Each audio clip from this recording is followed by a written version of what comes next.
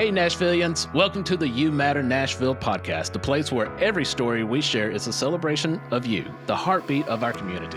I'm Jason Hoover, delighted to be one half of your hosting duo. And I'm Mindy Hoover, joining you alongside Jason to bring the stories of inspiring individuals and unsung heroes making a positive impact right here in our hometown. Every episode is about passions, dreams, and actions that stitch together the Middle Tennessee community. So if you're looking to get inspired by the good happening around us, or if you want to hear from the change makers who believe, just like us, that you matter, then hit that follow button on your favorite podcast platform. And if you are looking to make a move in the Middle Tennessee area, Mindy and I are real estate professionals and would be honored to serve you with excellence. Now, let's dive into another episode of You Matter Nashville.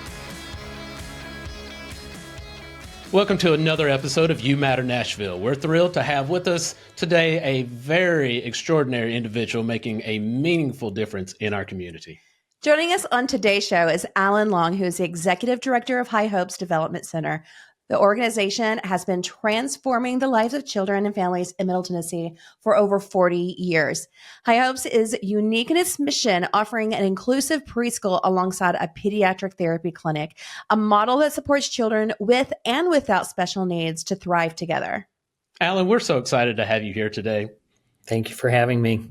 So I'll tell you what, to start us off, would you give us just a little bit about your background and how you eventually ended up at High Hopes? Sure. It's had a few twists and turns along the way. The abbreviated version of this is for about 20 years, just shy of 20 years, I enjoyed a successful career in corporate America. I kind of went back and forth between operations and human resources for a few well-known and highly respected companies. But the whole time I did that, I knew there was something in my heart calling me to something different. And that something different was teaching. I just always had an affinity for young people. And even when I was teaching adults in human resources, when I saw people get it, when I knew that my strategies were working, it just filled me. It filled my heart. And I knew that I was having an impact on other people. So I am married to an incredible lady, 27 years. Her name is Charla. And literally one day, we just pretty much had a conversation that she said, you're going to quit your job and you're going to go do what God called you to do. And a couple weeks later, I resigned my position in corporate America. I was plenty old enough, had a mortgage, 4 kids, and it took both incomes to make everything work. And I quit. And that's gutsy. God showed us the path. I went back to school, got another master's in education.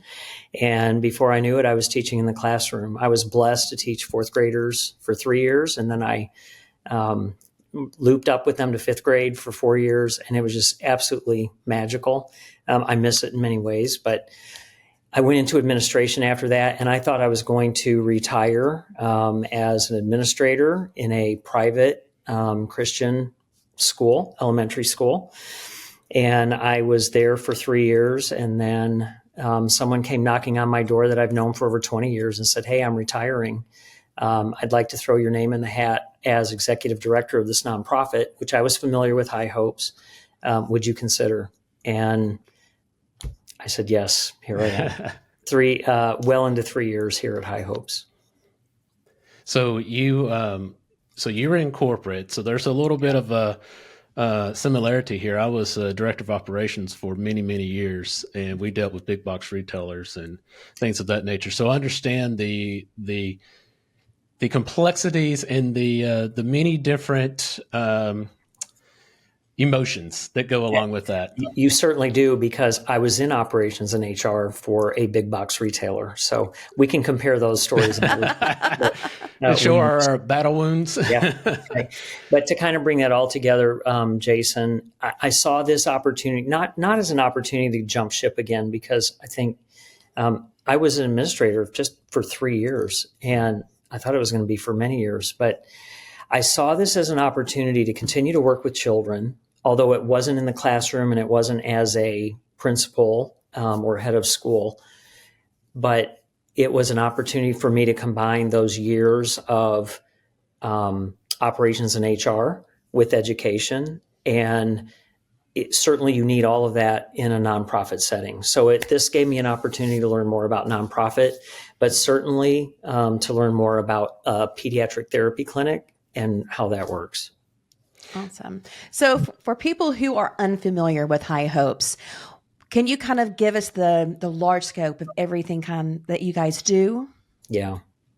Yeah.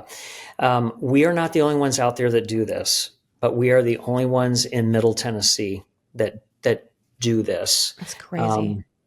We are a pediatric therapy clinic, and we are a preschool. So let's start with the preschool. I always like to say this. We are a preschool that looks, smells, and feels just like any other preschool. But the impression that people have out there in the community is that, oh, you're that preschool that serves just children with special needs.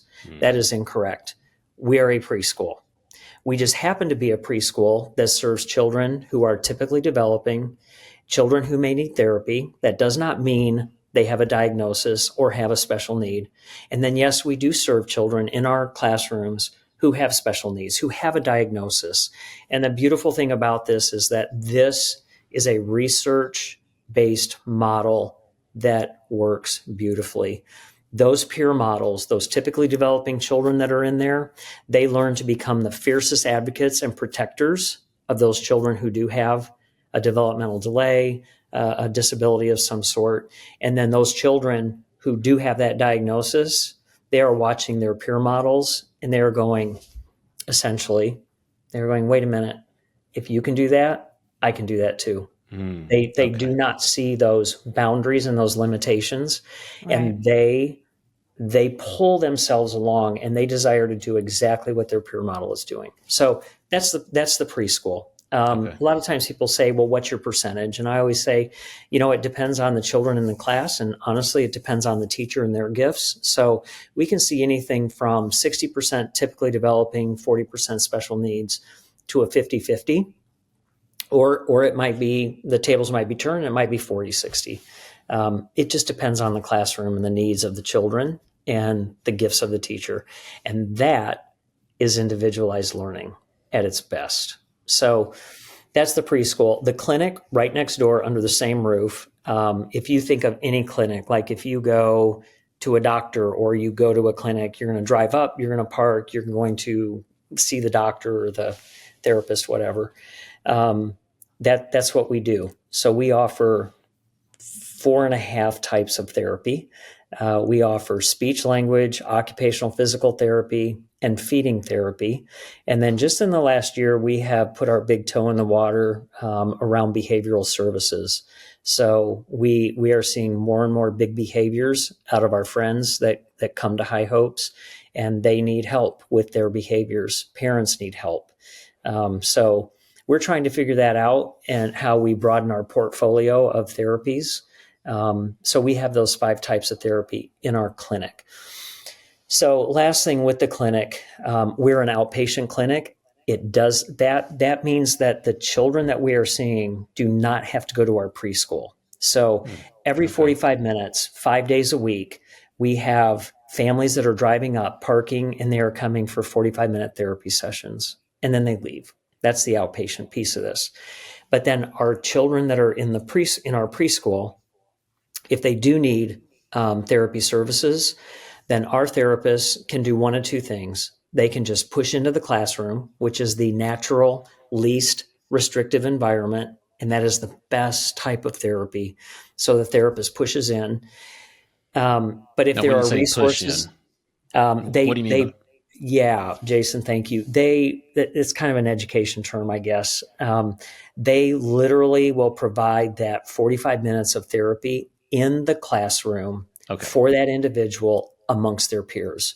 That is called the push-in model. And that, as well as research-based, that is what your educators, that is what therapists would say is, and that's what insurance companies say too. That is the best way to treat a child who needs therapy. However, a lot of times with physical therapy or occupational therapy, we are blessed with so many resources in the clinic that the therapist will pull the child out. So that's a pull-out model. And for 45 minutes, they will take that child from their classroom, take them over to the clinic, 45 minutes of therapy, and then they go back to the school. So we are treating our own children in the preschool. We are treating outpatient all in our clinic. The part that ties back to our mission and how we were founded is this. These families who some are in crisis would otherwise have to enroll their child in preschool. Mom and dad are both working to make ends meet. Oh, wait a minute. It's 10 o'clock. I got to drop everything. I got to run to the preschool. I got to get my child, and I need to drive them across town to receive outpatient therapy services. This integrates both of those. It provides respite and it provides hope for the family. And that's also, if they can even find a daycare that will facilitate their child. Mindy, you hit the nail on the head, and this is kind of a blessing and an unfortunate thing. There are not enough high hopes out there.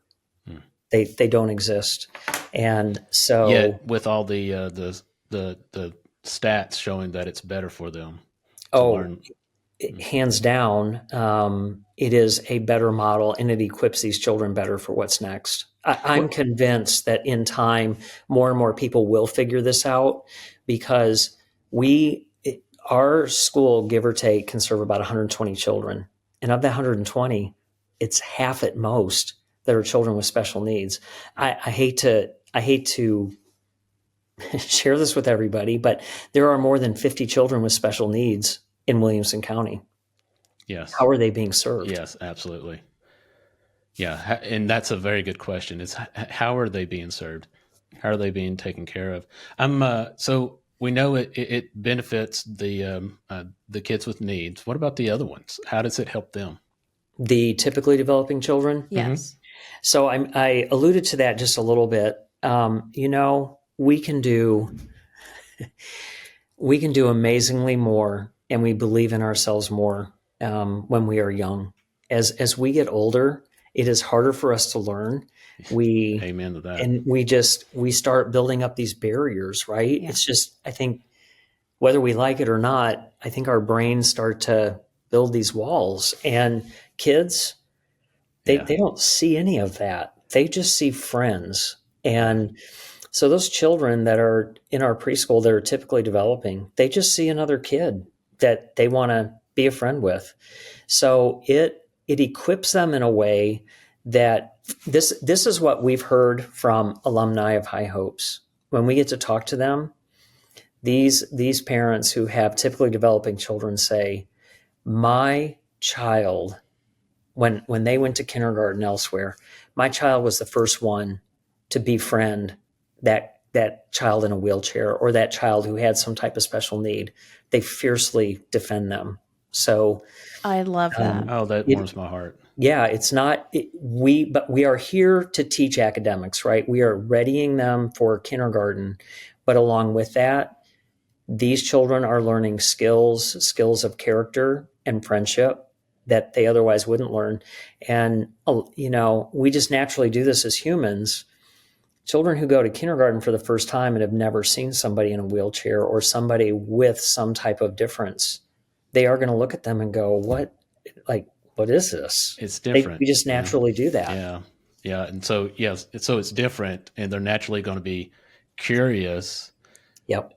They're not trying to be rude, but like you're saying, if you're already incorporated into it, it's just natural. Yeah. When these kids here have seen it since they were 6 weeks old, that's normal. That's the way the world is. Unfortunately, here in Brentwood, we have Best Buddies that formed. And now it's like an international thing, but it's that same concept of special needs and typical developing children, creating friendships and creating these, I would say, role models for each other, actually. Yep. But it's been really, both of my kids, went through the program for at least 1 to 2 years, and they loved it. They really did love it. Yeah. Some of my children did Best Buddies too, and it teaches that appreciation and respect and care for fellow human beings. Now, you had talked about going back and speaking with some of the students that had gone through the program and parents, but I would love to hear some success stories of people that have gone through the program? Yeah. So one of those individuals, I literally just before talking to you guys, a shout out to United Way of Greater Nashville. They are one of our huge supporters. Okay. And we just had a luncheon where they got several of their agencies together here. We hosted it at High Hopes. And one of the individuals that, an alum of ours that went through our program, his name is Connor Bossi. He had developmental delays. He was diagnosed with developmental delays and was told that his chances of doing much in his life were very, very slim. He was a patient of ours when he was really young. And today, Connor Bossi has graduated from Vanderbilt University. He is on the sidelines of every Vanderbilt University football game. He works for the football team during the season, and now he works for the YMCA in Nashville. Oh, that's fantastic. Yeah. So to see him, Yeah. you can tell he has physical disabilities, but because of that family finding us when they were in need, they caught it early. That is something else I would say. The earlier families can come to grips with the fact that their child may have some kind of need, the better the chances are that the results will be successful. The Bossy family, they caught it early and they fiercely looked for those resources. And we were an agency that provided those resources for them. As a nonprofit, we could provide therapy in a much more comprehensive way than for-profit therapy clinics can do that. And there are great for-profit therapy clinics out there, but nonprofit, we are not driven by the dollar and the how much we're driving to the bottom line. We are driven by serving these children and their families so that they can be successful. That is what drives us. Amen. And every single therapy session, we know we're losing on average $35. Bring them on in. We'll figure out how to raise that money. But then to kind of tie that all together, I love the collaboration between nonprofits as well. There are so many good nonprofits in this area. Saddle Up is another incredible nonprofit organization in this area. And Connor left us when he had accomplished all of his goals here. And Connor needed a lot of help being able to strengthen his core so that he could sit up and stand up. Okay. And through Saddle Up, by working with horses and through that therapy, that is how Connor continued to progress through Saddle Up, another great nonprofit organization.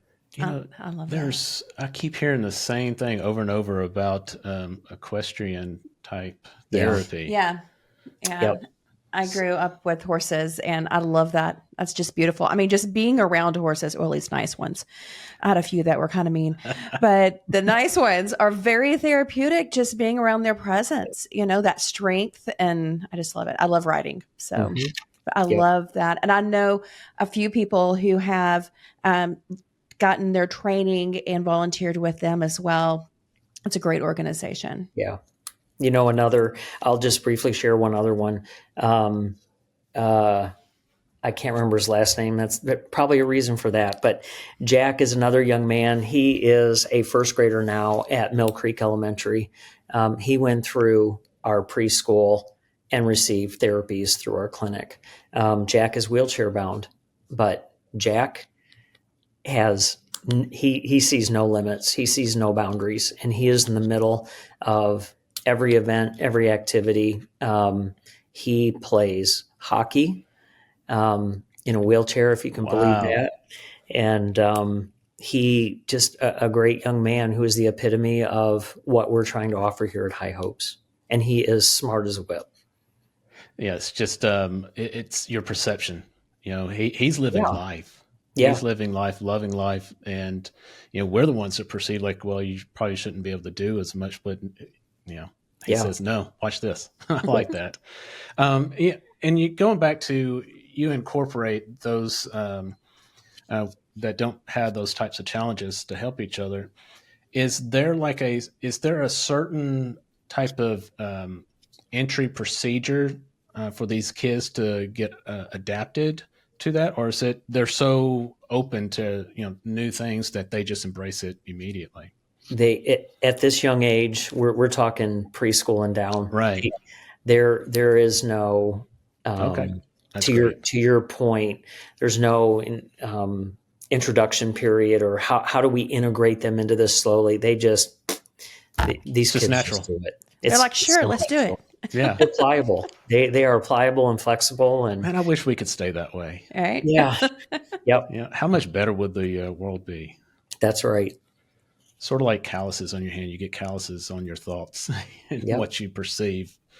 So, as far as the therapy, are there different types of therapies that you guys? I know we talked about the 4.5, right? Yeah. Yeah. Anything outside of that that you guys offer, or is it inclusive only to that with the kids? So on the therapy side, those types of therapies that I pointed out to you, speech, OT, PT, feeding, which is a more complex type of therapy, and that typically is something that we're doing with newborns because they have they may not be able to swallow yet, so they have a G tube in their stomach, or they have an NG tube through their nose. We are working very closely with our feeding therapists are working very closely with our pediatricians because we want that child to be able to eventually take a bottle, eat solid foods, and transition, right? And then I mentioned the behavioral therapies as well. There is one other type of therapy here, but that was a great question, Jason, because it's another collaboration that we have. There's another nonprofit organization in the area called Waves, and Waves is responsible for a lot of developmental therapy in the Franklin area. Oh, wow. So Waves, they have their own therapy staff, but they see some of our children here at High Hopes because we don't provide developmental therapy. So if parents notice, or a pediatrician notices that a child is not hitting certain milestones, they may need developmental therapy just to catch up. That's what Waves does so well. So every single day, we've got a therapist coming in from Waves, signing in and pushing into the classroom, providing that type of therapy as well.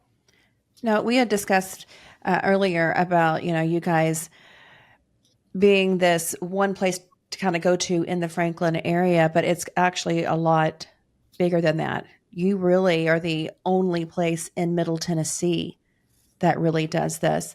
How many counties are you serving right now because of that deficit? Yeah. Thank you, Mindy. So we are currently seeing families and their children from 17 surrounding counties that are coming here for our outpatient services. I want to be clear to your listeners, that's not children coming to our preschool. In our preschool, these are like any other preschool. Families choose High Hopes because we are within 2 to 3 miles of their house, or 2 to 3 miles of where one of the parents work. But for our outpatient therapy clinic, we are seeing families from 17 surrounding counties. And that is from birth through young adult. So they don't age out at High Hopes. Many do because they reach their goals, but sometimes they continue to have goals. And if they like their therapist and there's a good match there, then they continue to see us here at High Hopes. But I would clear up one thing that I probably misspoke on.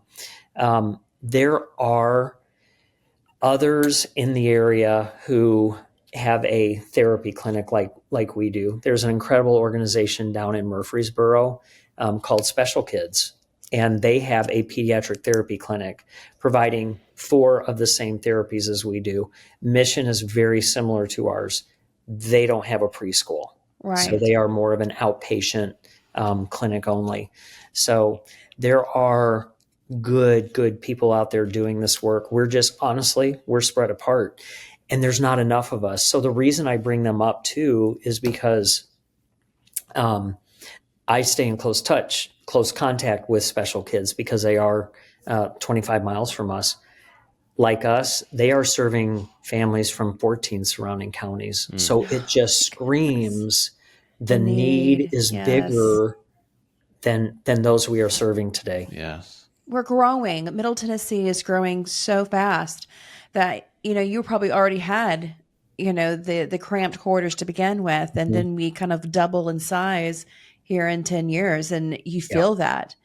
And I know we touched just a little bit on like the families that do have these small children, and they're both needing to work because you have medical bills, you have co-pays, you have all these things yeah, that come along with having, a child with some sort of disability.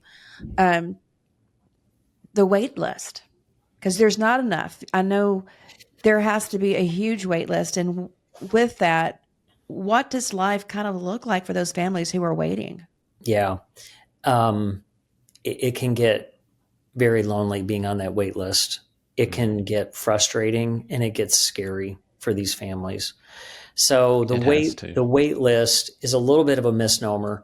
In our clinic, we don't say we have a wait list because we do everything we can to try to work people into our schedule who need therapy. So if a best case scenario is if a family came to us and their child needed, let's say, 3 therapies a week, we may not be able to work them in 3 times a week to begin with, but we will do everything within our power to get them started. And they may see their therapist once a week. And then as people leave us, which is our goal, our goal in the clinic is to get children to reach their goals and leave us. Okay. And that's success for us. Yeah. So as children leave us, that opens up spots for these children to then go from 1 therapy session to 2 to 3, right? So we try to work that pretty regularly, well, constantly in the clinic. But in the preschool, we call it a wait pool instead of a wait list. And that wait pool is, figuratively speaking, is miles long. There are people who are in the wait pool for years. There are some who give up Yeah. because they can't wait and they need help now. So we do the best we can. And the reason we call it a wait pool is because we are an inclusive preschool, we can't take the next person that's at the top of a list because, one, we may not have room in that classroom for them, but also sometimes their needs are so unique and so complex, we just simply may not be able to serve them either. Right. Or depending on the dynamics of the classroom, it may not be a good fit for that child. Right. So we take every child, we look at them, we have play dates, we talk to the parents, and we sit down as a team and we go, is classroom 103, is that a right fit for this child? And it's I hard see. when you have to say no. Oh, I bet. I can't imagine having to tell Yeah. a family, I'm sorry, we couldn't help this time. But, what a lot of people don't think about or what these families go through on a daily basis that you guys are trying to help to remedy. And that is someone has to stay home and take care of the child. Someone has to do that because the majority of the daycares don't take them. They don't have the resources to take care of them. Yeah. So they're strapped. One person's working, one person's staying at home, they're paying medical bills, they're going back and forth to therapies. It's a full-time job. And so it's incredible that you're able to take that off of the plate for at least 50 to 60 people in the Franklin area. I just wish we had one of these in every city that Yeah. And I could think, facilitate. Mindy, we do too. I think that if you were to ask me what haunts me and what pains me, it is that right there. Because I think people get enamored and it's fun to tell our story, how we are serving children. And anytime you're serving children in any capacity, you can't help but love Yeah. what's being done. But I do leave here and I go, we aren't even scratching the surface. Where, like, and if somebody came to me today and said, Alan, can you replicate this 5 miles down the road or on the north side of Nashville, I would have to look at you and stand silent. This is a very complex model. I continue to have conversations. I don't know where this is going. I pray about it, but I ask myself, where are our churches? A lot of churches around here have preschools, and they can't figure this out. So I think to replicate this or to expand this potentially somewhere, how does High Hopes and our talent pool become a resource to support churches who have preschools that, yes, I'm going to say it, I think this is mission right and appropriate for our churches and the people that they serve.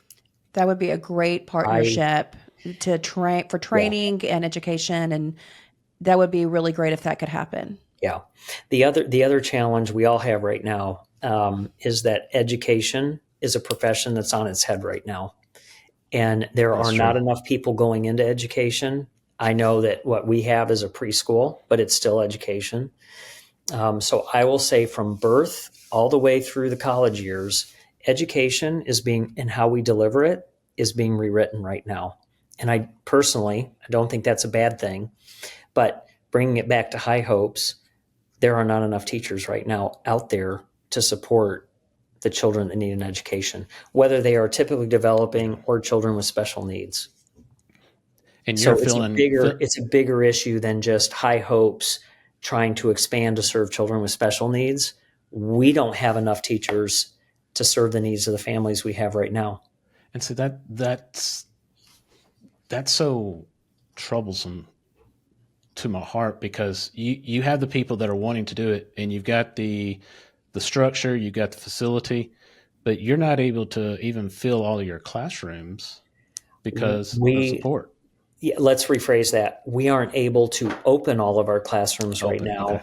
Yeah, because we can't attract and we can't retain qualified teachers. And, somebody listening might say, well, let's talk about your school director and your assistant school director. Maybe there's a problem there. Are you running people off? No, I can assure you that we have two of the very best, both with master's degrees, one in administration, one in special education. They know what they're doing. We simply cannot attract talent. And we are sitting in the middle of two of the best school districts in the state of Tennessee. And when Williamson County Schools and Franklin Special District also has a deficit of teachers, Yes. And we have to compete against that, it's a lose-lose. Right. Yeah, it's So definitely not unique to just High Hopes. It's being felt many places. Yeah. Yeah. So on the getting the word out, how do people find out about High Hopes, as far as let's say just a regular family that moves here and looking for preschools? How do you reach out, or how do they find you? Yeah, that is a great question. And that is something internally that we're working on, because we've identified some opportunities for us to do a better job of getting the word out about us. If you were to Google preschools, Franklin, Tennessee, we would not be at the top of your search. And what we've realized, and I'm so thankful, because we've recently hired an incredible marketing coordinator. She is reaching out to a marketing agency that's supporting us, and they kind of hit us up on the side of the head, and they said, "You guys, it's called SEO, search engine optimization. Yeah. We can work with you to get you towards the top of that list." We have an incredible website, which is highhopesforkids.org. Certainly that's a place where people can find out about us, but we know that we have an opportunity to do a better job of clawing ourselves up the ladder to the top of the search list. So, the other thing I would say is marketing coordinator Stacey Emmel has just knocked it out of the park when it comes to social media for us. So if you're out there on LinkedIn, Facebook, Instagram, like us, follow us, do whatever you need to us to make us a part of your social media time, and reshare stories, like our stories, and just become a part of what we're doing there on social media. I think the other thing that I need to say here, though, Jason and Mindy, is a lot of times people aren't. If you don't have a child that has special needs or needs therapy, you may never know about High Hopes. Mm-hmm. Although the story is great, everybody goes, "Oh, what you do is so good. Thank you so much." Well, unless you are walking this out with a child who needs some type of therapy, again, if they need therapy, it does not mean that they have a diagnosis. They just may need OT, PT, or speech for a while, right. Or feeding, and then they grow out of it. But if your child doesn't need that, you don't know anything about this world of special needs and therapy. So that's very true. Our culture is very much, okay, let's see. We're going to enroll our child in preschool, and then we have a choice. Do we want them to go to private school or public school, K-12? And then we're going to send them to college. Although I would argue that more so people are saying, hey, maybe skilled trades is the way to go because it's as profitable. But those are older kids, and that's a conversation for another day. But my point is, most people will never know about a High Hopes because they don't need High Hopes. It's not on their radar. It's not on their radar. Yeah. Now, do y'all have volunteer opportunities? So that's we do, but volunteering at High Hopes looks a little bit different because 100% of our staff is skilled staff. So if you think about a preschool, they need to be background checked. They need to be here every day because those children are expecting a lead teacher and a co-teacher and a teaching assistant. And then in the clinic, most of our therapists, they have their doctorate. And we treat one-on-one. So when an organization or individuals come to us and they say, hey, how can I volunteer? It is typically, hey, we could use you. We need these tables scrubbed, or we need these windows washed, or can you please disinfect all these toys for us? That's typically how we get groups to help us and volunteer. And please hear me say this: we love and we need those groups because if they aren't the one, and I know it's manual labor, like it's kind of gross sometimes. What you find on the bottom of a preschool classroom table will blow your mind. Oh yeah. And we need it scrubbed. And don't get the Petri dish. Yeah. Don't do that. And if we don't have volunteers that do that, then we have to do that. Right. And we're not beyond doing that, but we run a very tight ship, and we appreciate that help. Yeah. I mean, your plate is literally overflowing as it is when you work for a nonprofit. So with that, being a nonprofit, I know you guys probably have a professional grant writer going 90 to nothing, trying to get things going. But I know that funds from the community is so, so important. Ways to give, I'm sure you have that on your website, but what kind of events do you guys do throughout the year to really kind of to promote what you guys do and to raise the majority of your funds? Yeah. Mindy, thank you for asking that. We do write a plethora of grants. We apply for a plethora of grants every year. As a matter of fact, I'm looking at one right here on my desk. It's our grant to reapply for United Way of Greater Nashville for the next 2-year cycle. So I've got to give a shout out to them. They've been an incredible partner for many, many years. So grants is one of the ways that we fund that gap that we have. And then we certainly love our individual donors, especially if they're a monthly donor, month after month. That helps us better understand our revenue stream, and it guarantees a revenue stream. And then we have corporations and foundations who have been such a blessing to us, and they continue to show up year after year. So those are major ways that help us fill that gap. But events is another way that we do that. We are in the throes of our year-end giving campaign right now. So a lot of times we're in December here, and those who are blessed financially, they look at ways that they can make a donation so that it's a tax deduction for them, right? Right. And we can certainly help those folks with that.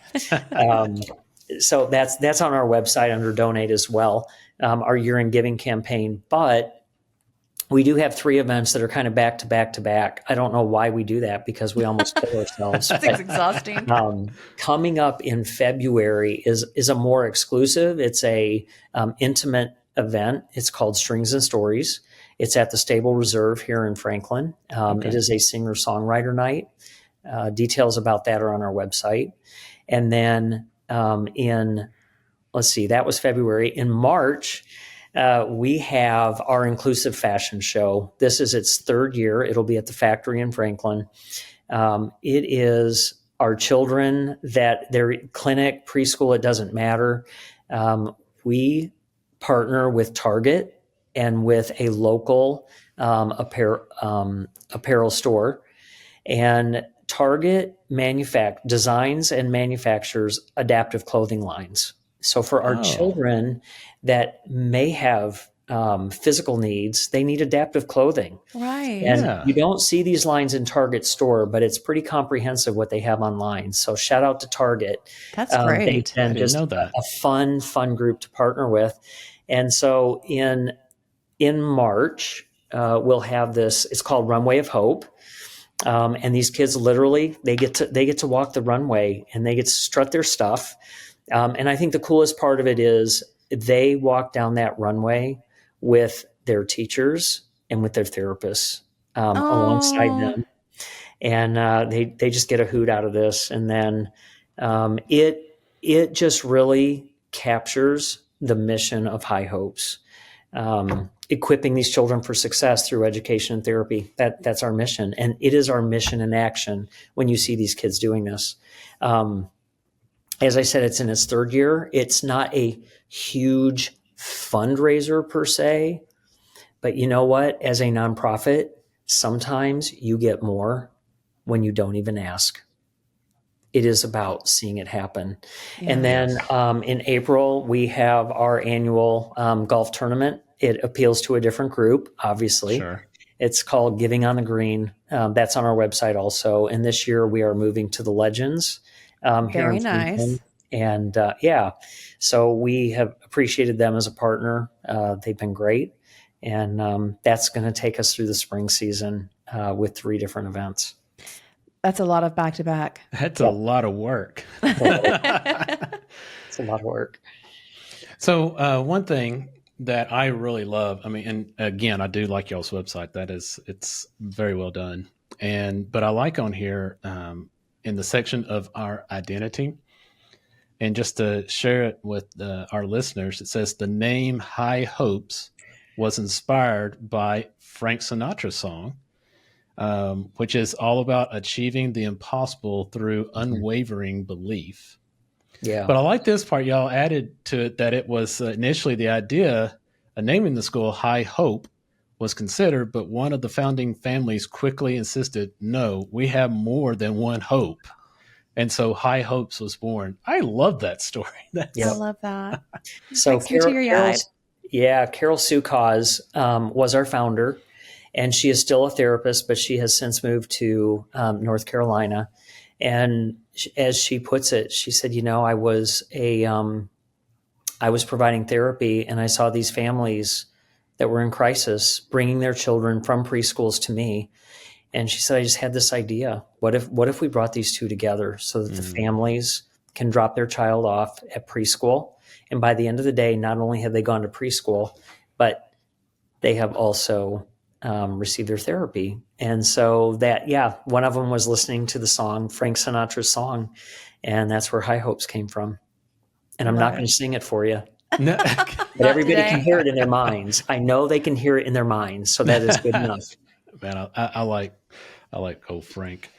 Well, this has been really good and eye-opening for me for sure. I know Mindy, with her past in teaching and Mhm. education, when we got together, she jumped in and was what was that place called that you first started working at, the preschool? A little preschool. Yeah, she was in education for most of our time together, and finally, I talked her into getting out of the education arena. Well, Mindy, if you ever get tired of doing these podcasts with your husband, come and see me. I love it. And whenever I was transitioning, I actually did a lot of work with Franklin Special and the special Yeah, needs department, because they do need substitute teachers there that are consistent. And yeah, so there was one teacher that pretty much every time somebody was sick, I was the one that was called in, because the kids would know me. They knew who I yes, was, and they're like, "Oh, so and so's out, but Miss Hoover's here." So there's comfort in that stability. So what you guys are accomplishing there, which is creating stability and getting them ready for a really good start into yeah. their next step into kindergarten, is just incredible. I actually grew up. My mother is an OT, so I kind Hmm. of know that world as well. But it is it's a lot of work that you guys do, and I hope that we can broaden your audience a little bit this year. Yeah. Yeah. Well, thank you for the opportunity. It is hard work, but I think people who any nonprofit work, when you are getting into it for the right reasons, it's going to be a heavy lift. Yeah. But the payoff, when you see one person blessed or being able to succeed or just better themselves because of what you do, that feeds the heart.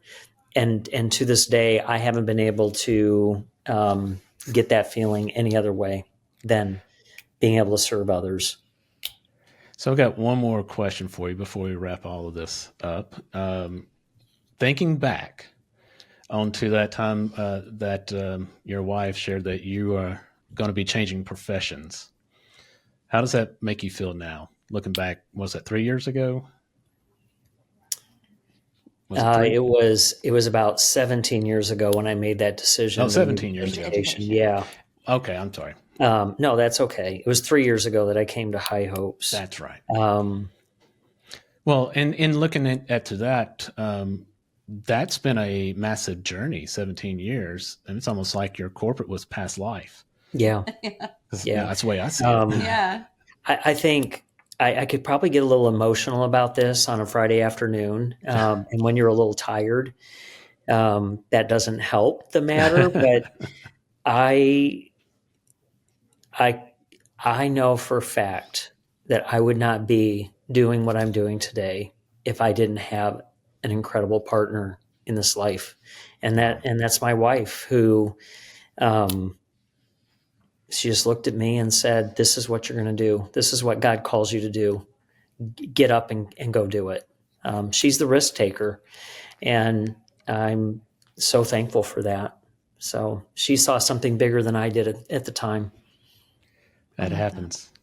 It does. Well, thank you so Yeah. much. Thank you for sharing with all of us, Alan. Before we do wrap up, is there anything else that we haven't touched on or that you would like to share? Um, no, I really enjoyed this. I appreciate all the questions you did ask.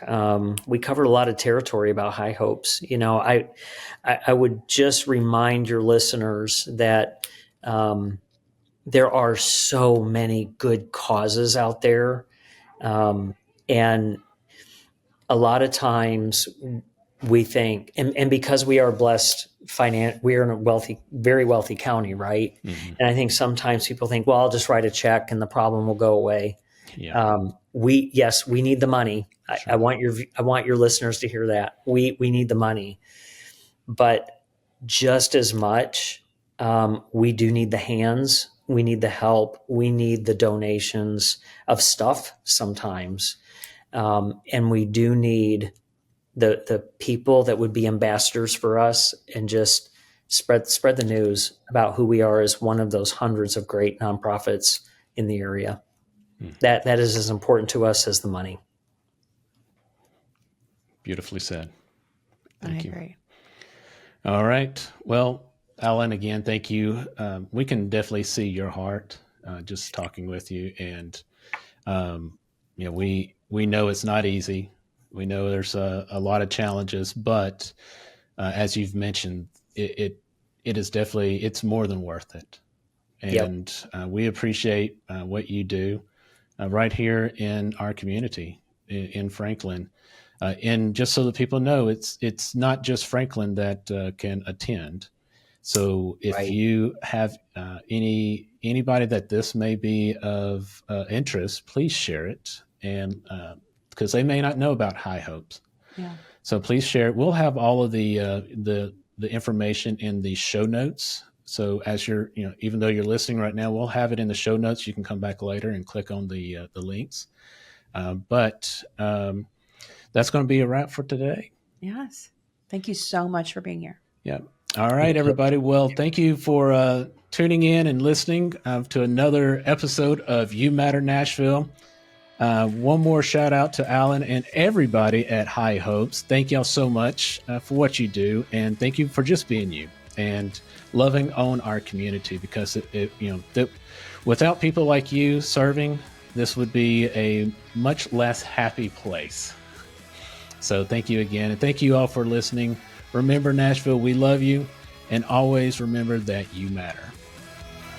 And that brings us to the end of another episode of You Matter Nashville. We hope today's show has left you feeling as uplifted and inspired as we are. Remember, the spirit of Nashville lives in all of us, and every small act of kindness echoes throughout the community. A huge thank you for listening and even being a part of our You Matter community. If you love this episode, please share with friends and leave us a 5-star review. It helps us reach more listeners and spread the love. And if you know anyone that is looking to make a move to Middle Tennessee area, we are real estate professionals known as the Hoover Team, and we would be honored to serve them with excellence. Until next time, keep making a difference, Nashville. You matter more than you know.